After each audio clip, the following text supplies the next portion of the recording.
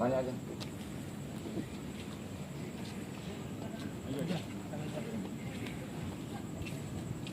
Aku pakai gini nggak apa-apa.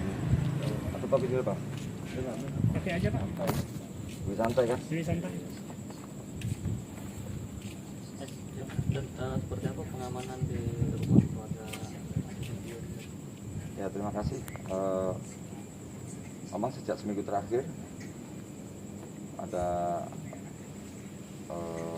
banyak pernyataan antara percaya dan tidak percaya terkait dengan adanya sumbangan donasi sebesar 2T komitmen ya yang diberikan oleh keluarga almarhum Asidi Tio.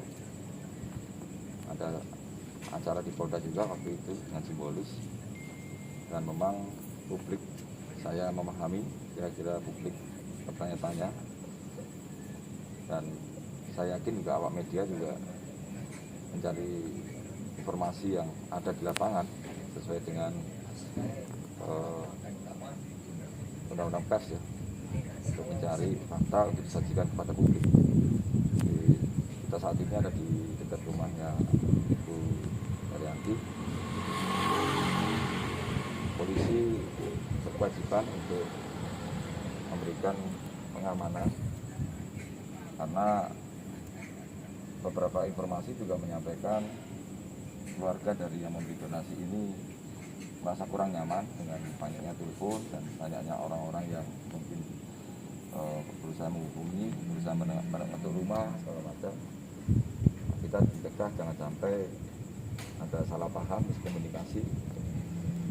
Itu Mas. Jadi kepentingan polisi untuk dalam rangka pengamanan lingkungan sini, masyarakat setempat saya yakin juga bertanya kenapa banyak wartawan di sini. Ya intinya alhamdulillah sampai saat ini saya tahu tidak ada permasalahan keberadaan wartawan di sini.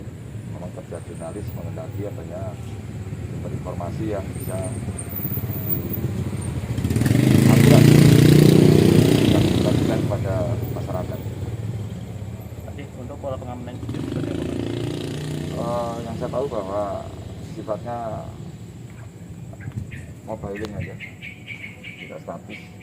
Kita sesuaikan dengan situasi. Kalau memang situasi lingkungan masih kondusif, tidak perlulah polisi sampai harus membuat pos di sini.